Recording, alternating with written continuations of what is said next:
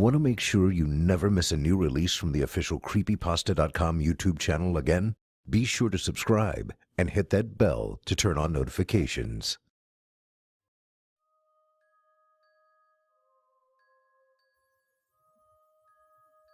My name is Trina. Above all things, I'm a horror fan, and while the year 2020 feels like a well-crafted movie or show akin to The Purge, actually living it out isn't exactly entertaining. The country has been ravaged by COVID-19, morale is in shambles, and the general lack of faith in each other has never been more prevalent. And yet, I wasn't about to let that stop my holiday spirit. You see, I'm not only a fan of the horror genre, but I absolutely love Halloween. Say what you will, but the fun that comes with dressing up as whatever or whoever you want, coupled with candy as a child, or alcohol as an adult, has a way of bringing out the good times. Naturally, after being stuck inside for months, I wanted the true Halloween experience. I wanted to be really spooked this year, because the availability of other Halloween-based scare factors in this town is minimal, if not non-existent. As an avid horror fan, I often found myself on YouTube channels where the strange and unusual were being discussed. I found myself particularly drawn to YouTube during this time, as many of the Halloween movies on major channels are often overdone and replayed. Yet these YouTubers always seem to find, articulate, and post new content that I'd never heard of before. Reddit stories, horror-based games, personal accounts, you name it, I ate it up. Especially the haunted games like the Three Kings ritual, or the one where you fill a doll with rice. I wish I could remember the details. One type of video I found myself continuously stumbling upon and eventually pressing on was the type discussing the accounts of individuals who had bought haunted dolls off of eBay, Amazon, Mercari and the like. At first, these accounts sounded so fake, and while I appreciated a good cheesy scare, these just seemed like clout chasing to me. As someone who was a social media manager for years, this algorithm was not new to me, and it made sense that the most popular, but also the corniest and most unrealistic videos were being pushed up higher for me to watch. So I did what I always do when I want to find something semi-authentic. I went on a YouTube deep dive. It didn't take long for me to stumble upon a video that looked just lo-fi enough to gain my attention, but creepy enough to hold it. The video, titled Margaret, started in a room with wood wall panelling in the background, like something you'd see out of a basement in the 1970s. Then, a hand attached to a very unsettling porcelain doll came into screen, with the hand using its motions to animate the doll, making it talk. "Hey, dolls." I laughed at my screen. This was almost too much. Were they attempting some sort of tight-lipped Liza Minnelli voice? "Appreciate the cool cats watching out there. You're the berries, the bee's knees." Okay, this was cornier than anything I could have ever imagined, and yet I couldn't tear my eyes away from the screen.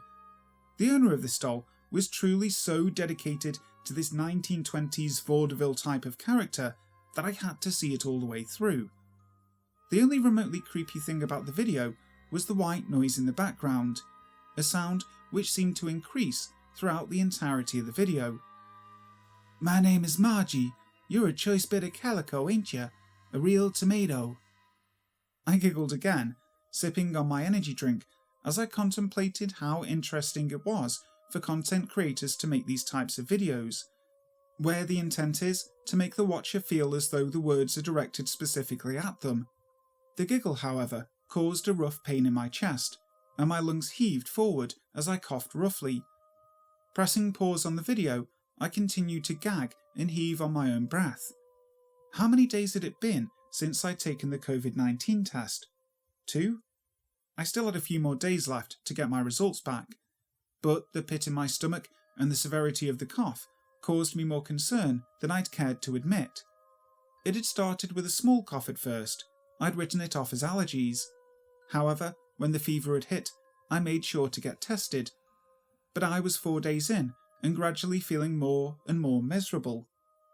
I'd already been secluded prior to feeling ill, but now I was truly secluded, I couldn't even pop my head out to say hello to the Uber Eats driver. Everyone was back to work, so it wasn't as if they weren't worried about me. They were just hustling to ensure they kept their employment.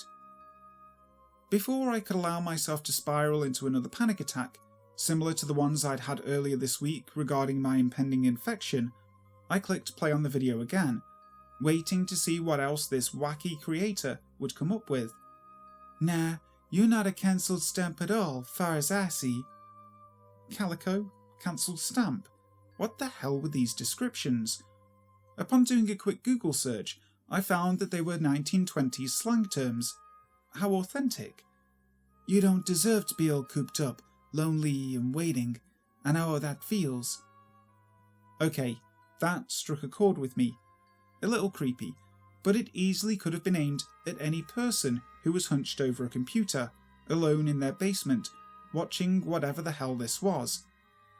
Not a lollygagger or a dewdropper. You sure don't take any wooden nickels. From what I gathered, taking wooden nickels was taking someone's shit. Okay, the doll wasn't too far off there. What type of bizarre self-help motivational video was this? Was I so lonely that I'd stooped to the level of letting a scary doll on a video make me feel better about myself? How much had this isolation done a number on me? Peering over to the energy drink I had sitting on my computer table, I decided to switch to something a little harder. Besides, alcohol killed germs, right? Maybe it would rid my body of the impending virus pulsing through it, I thought dryly. Opening the mini fridge next to me, I dove in for a small shot. One of those tiny ones you'd see in a bin on the way out of a liquor store, or a mini fridge in a hotel room. Left over from my friend's birthday prior to the pandemic, I decided now was a better time than ever.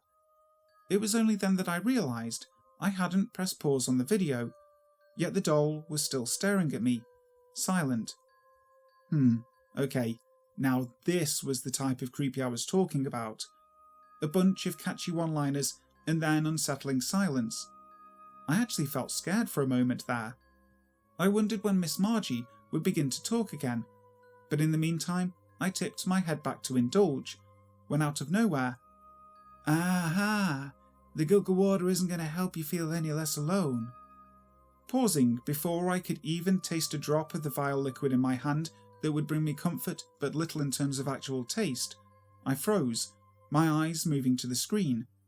Margie was staring at me, the arm that was holding her, very still, as the doll looked into the screen. Giggle water. Now that was a 1920s term I did not need to research. I knew it meant alcohol because I'd heard it once at a speakeasy that my friends had taken me to. And if it meant what I thought it meant, the doll on the screen was suddenly becoming a bit too particular for my liking. My finger dove to the mouse, and I hovered over the X on my screen to get off the page. But the doll suddenly shifted on screen, its head tilting up towards where the arrow of my mouse was pointed. This time, the voice came out sharp, demanding, "Don't you dare give me the icy mitt, girlie." This time I dropped the shot, which had still been in my hand, the contents of it pouring out onto the rug beneath me as I stared, wide-eyed and slack-jawed, at the screen in front of me. It was at that exact moment that a link popped up, directly in the middle of the YouTube video. The doll was still staring up toward the mouse, silent. If I hadn't known any better from the first time, I would have thought that the video was paused. The video. My eyes drifted down to subscribers, to which they had none. When I went to look at how many times it had been viewed, my blood ran cold. The total number of views? 1, which meant I was the first and last person to view this. As I clicked on the link, it took me to an eBay page, with the picture of the doll neatly placed in a box as the image used by the seller. The seller's name? Marjorie, no last name. Now this was beginning to get creepier than I anticipated. The dull sound of the doll's voice from the other tab seemed to rise over the computer screen. After debating a long moment, I clicked back to the video, where the doll was once again facing me. "Let's make some whoopee, what do you say?" Bzzzt. My computer made an angry noise as I yanked the cord from it, not even bothering to shut the page. I was panting by now, my body shaking with a fear I hadn't known existed. I waited for her face to pop up on the screen again, but nothing happened. After 10 minutes of debating whether or not to leave my seat, I finally did, and turned on every godforsaken light in my home. I ended up holding myself in my room with every single light on, watching cartoons to keep my mind off of what had happened earlier. And as I watched, I felt my fever spike again. Perhaps I'd imagined it all in my delirious state. The last thing I remembered before drifting off was the idea that in my fevered state I had hallucinated the whole event, and I was content to let that be the end of it. When I woke up the next morning with a high temperature, it only further solidified my honestly very shaky belief that what I had witnessed was merely my mind warping something that was meant to be unsettling. How odd was it that a channel had no subscribers and no views? Not very, and yet I couldn't bring myself to turn on the computer again. I coughed again, my chest rattling violently, and nodded to myself, fully trying to be convinced of the fever running the show right now.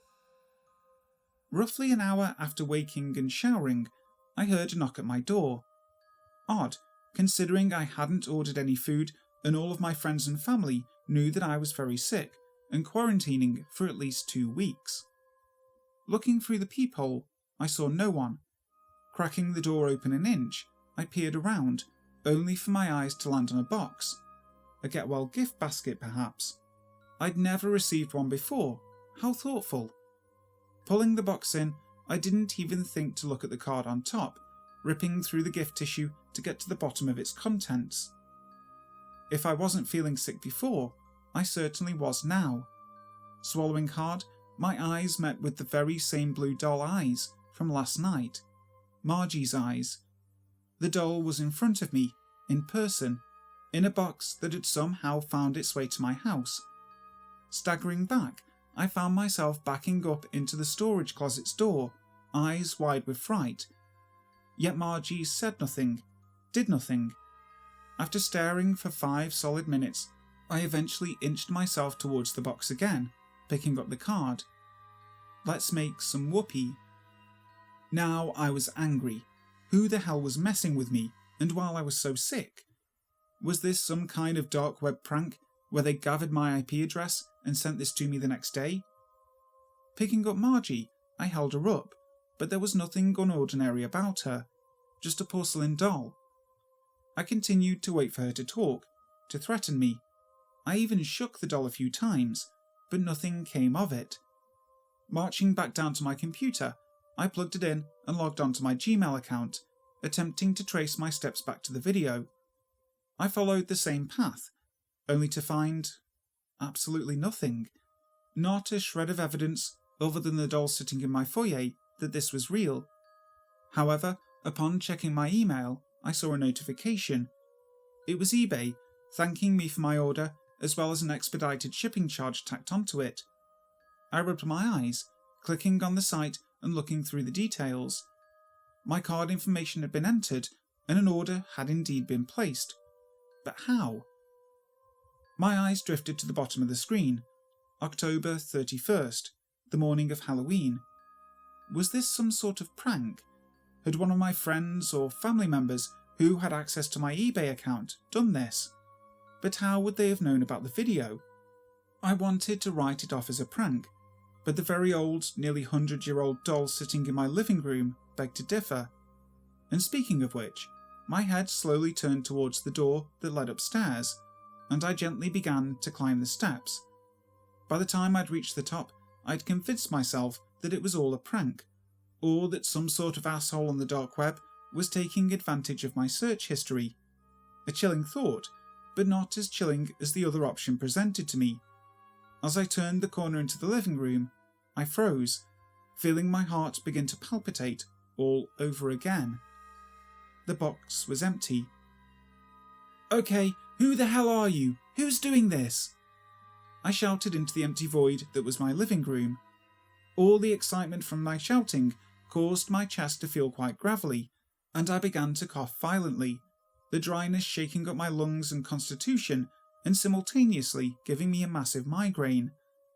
I coughed for what seemed like 5 minutes, the pressure on my chest making it feel as though my lungs were going to cave in. This was bad, really bad. How had it gotten so much worse in only a day or so? Then again, they had said that the severity of the virus depended on each individual's health, and I just so happened to have asthma. I didn't know which was more terrifying, the prospect that there was a chance of truly suffocating if I didn't receive medical care, or the idea that someone on the dark web was stalking me, had my IP address, and my physical address. Honestly, neither of those options were as terrifying as the nagging thought of a haunted porcelain doll walking around my house. I couldn't leave, I had nowhere to go, and it wasn't as if a hospital would take me or put me on a ventilator if I didn't have a positive test. I was still a day or so away from my results, but as the morning stretched into afternoon and I continued to monitor my symptoms, I had a very unfortunate inkling as to what the result may be.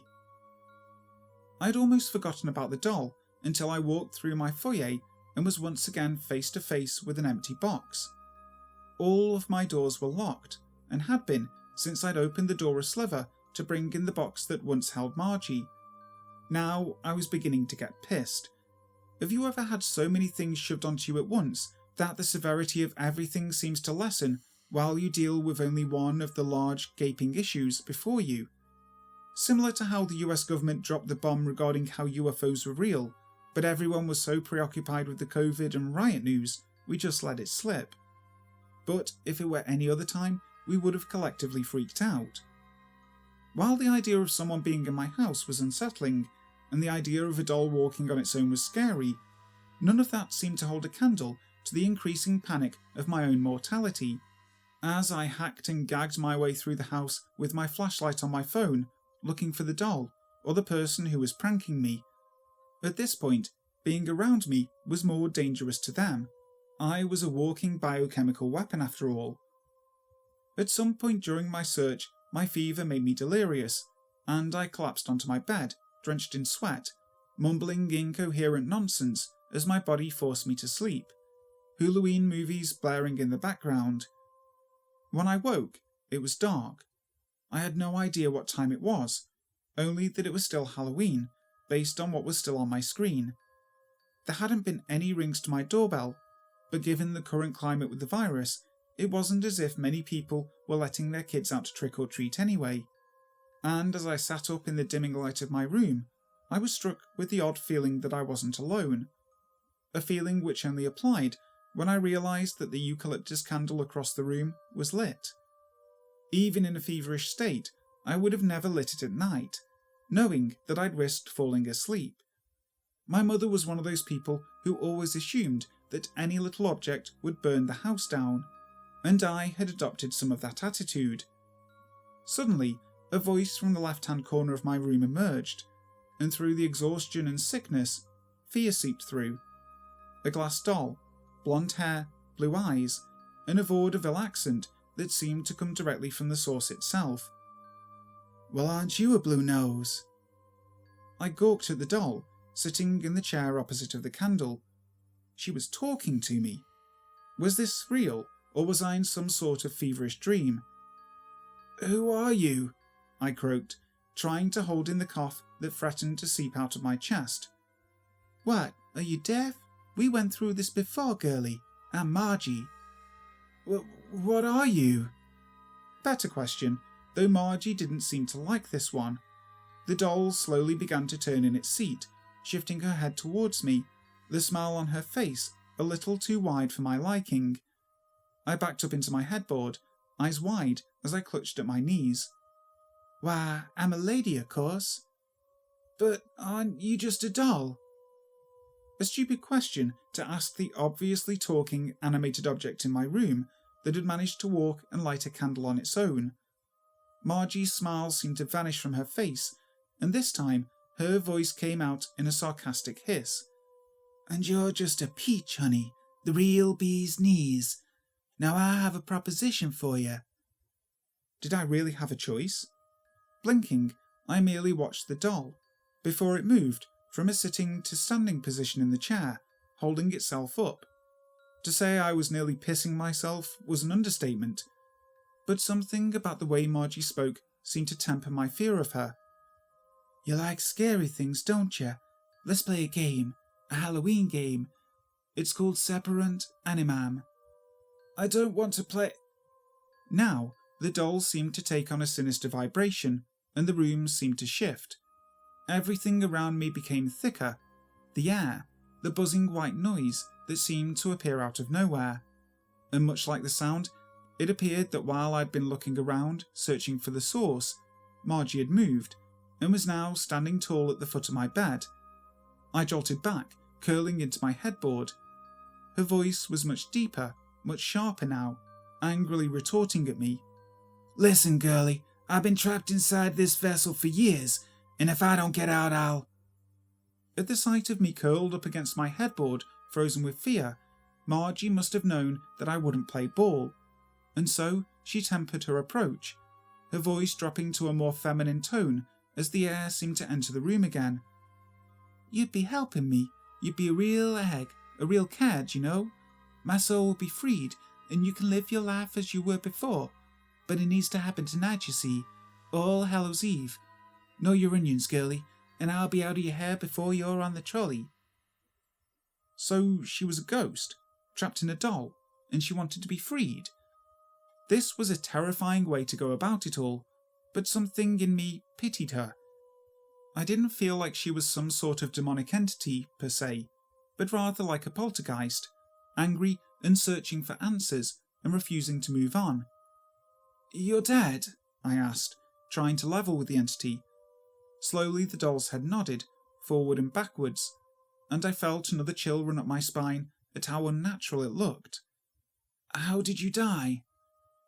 There was a pause, the light flickering over the doll's face, before I received an answer. "Spanish influenza. While it was mostly eradicated early on, some of us suffered for years after, and eventually succumbed to it, even well into the decade. But I wasn't ready to leave, and so I latched onto the first thing I could find, my daughter's doll." "Okay, so how do we play the game?" "That's the spirit, missy, the whole kit and caboodle. Now listen here, what you're gonna do is place us both in front of a mirror, then you say the magic words, and presto, I go through the mirror to the other side, and you're left with a doll that can't walk or talk." It sounded too suspect to me, and getting further involved with this entity seemed unsettling and off-putting to me. Everything inside my body screamed to run, to wrap the doll back up in the box and ship it back to where it had come from.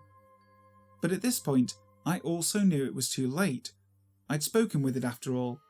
As if reading my mind, the doll tilted its head, equally unsettling as it had been the first time. "We can only do it tonight. If we don't do it, I'm stuck with you, girlie." The only thing I needed less than COVID was a haunted doll following me around for the rest of my life. And as someone who was raised a Christian, as much as I was taught not to delve into these things, it was already here, on my bed, and I had a chance to help. Perhaps it was the fever, or the fatigue from all the fear I'd already felt, but I decided to play ball. "And this will be saving your soul?" Another creepy plastic nod, before the smile on the doll seemed to widen again. "You ready to make some whoopee?" Before I knew it, I was carrying the doll to my guest room, where two large mirrors on sliding doors that led to the closet would be seen. Sighing, I placed the doll down next to me, before I sat with my legs crisscrossed and looked into the mirror. I peered questioningly at the doll, as if to ask if this was the right setup, but before the words could escape me, the doll was chanting in Latin. "Corpus pro corpore." Margie, I don't feel comfortable with this anymore. "Mens et animus." "Margie, stop! Animam pro anima." As the words were spoken, I began to feel the world spin around me. I wasn't sure if it was the fever or whatever the doll was doing, but my vision began to blur at the edge, and eventually it went black. When I woke, I felt carpet on my skin, but something wasn't right. It wasn't. There was no skin. I tried to push myself up, but my limbs wouldn't seem to work, and only after getting myself in a seated position did I realise how low to the ground I was, how large everything around me was. And it wasn't until I looked into the mirror and noticed that I was in a doll's body and that my human body was cackling wickedly at my own reflection that I realised what had happened. The hair on the doll was no longer blonde, but my mousy brown, and the eyes were no longer blue. They were a muddy hazel, framed in plastic sockets, to my horror. My now plastic head swung around. "You!" I raged in whatever voice came from this body, the energy in the room dropping once again. "You tricked me!" "Like I said, you're a cat, darling. So foolish, a real dumb Dora. This body is mine now, and the influenza may have taken me before, but I'm back now, and..." Cough, cough, cough, cough. I watched as my human body began to double over, coughing violently, much more violently than I had been at the beginning of the day. And as Margie began to cough in my body, clawing at her chest, panic seeping into her eyes, I began to laugh. It was an unholy laugh, a giggle from a wad of plastic, but my laughter rang throughout the room, haunting her. "What?" she gagged, wheezing for the words. "What did you do to me?" And yet my laughter would not cease. This was rich, too rich. She'd died from Spanish influenza, only to inhabit a body riddled with COVID-19. It was almost too good to be true. It seemed that the laughter would never stop. But when I finally got a hold of myself, my plastic head creaked around slowly, too slowly, and my smile became wide, too wide, as I stared down the imposter in my vessel. "Welcome to 2020. They say that the most authentic way to find something truly disturbing is to do a YouTube deep dive. But beware of what you'll find on there. For Halloween 2021, you definitely don't want to look into haunted dolls. And you certainly won't want to click on the lo-fi video that looks like a child's attempt at a film. Because in that video, you will find a doll with brown hair and hazel eyes, held up by a hand in a basement, with only one viewer, that being you. And in that video, you will hear the doll introduce itself. Before it has a chance to speak to you, turn the video off, because if you don't, you'll hear it introduce yourself. "Hello, I'm Trina." And by that point, you're already doomed.